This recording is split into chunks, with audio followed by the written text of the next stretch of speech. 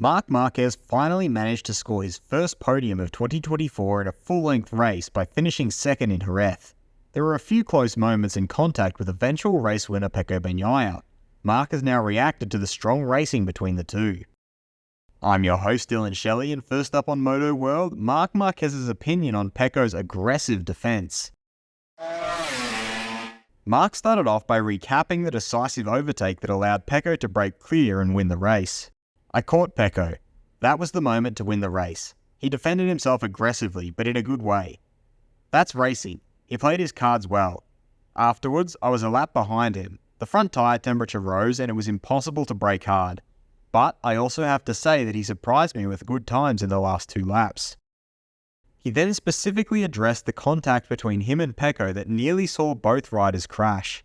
We had contact and were at the limit. He rode aggressively into me on the inside.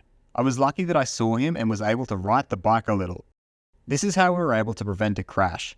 Pecco always arrives like that. Sometimes it goes well, sometimes it doesn't. He signed off by brushing it off as a racing incident. If it hadn't gone well, it might have meant 0 points for me. But for me, that was all correct. In racing, there is sometimes contact. Sometimes I touch an opponent. Sometimes someone touches me. That's done. I congratulate him on the victory. Fast feed.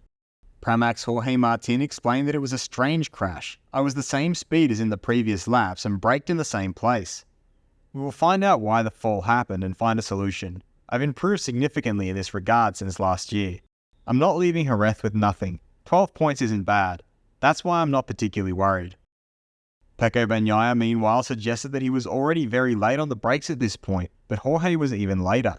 I then saw that his bike was shaking slightly and he fell. VR46 rider Marco Bezzecchi feels that when Marc starts to fight, it's always intense. Of course, I want to continue the trend of finishing on the podium. Yamaha's Fabio Quartararo stated that Jerez is one of the worst tracks for them because turning is their weakness. I expect that we will do better at Le Mans. Gas rider Pedro Acosta confirmed that after the fall in the warm-up, he had to change the bike. I didn't have the same feeling as with my other bike. I didn't want to take any big risks. I decided to take the points for 10th place. Do you think Jorge Martin is too crash prone? Head over to my community page to vote in the poll and let me know what you think in the comments. And if you like this video, feel free to subscribe and check out my others for all the latest in the world of MotoGP.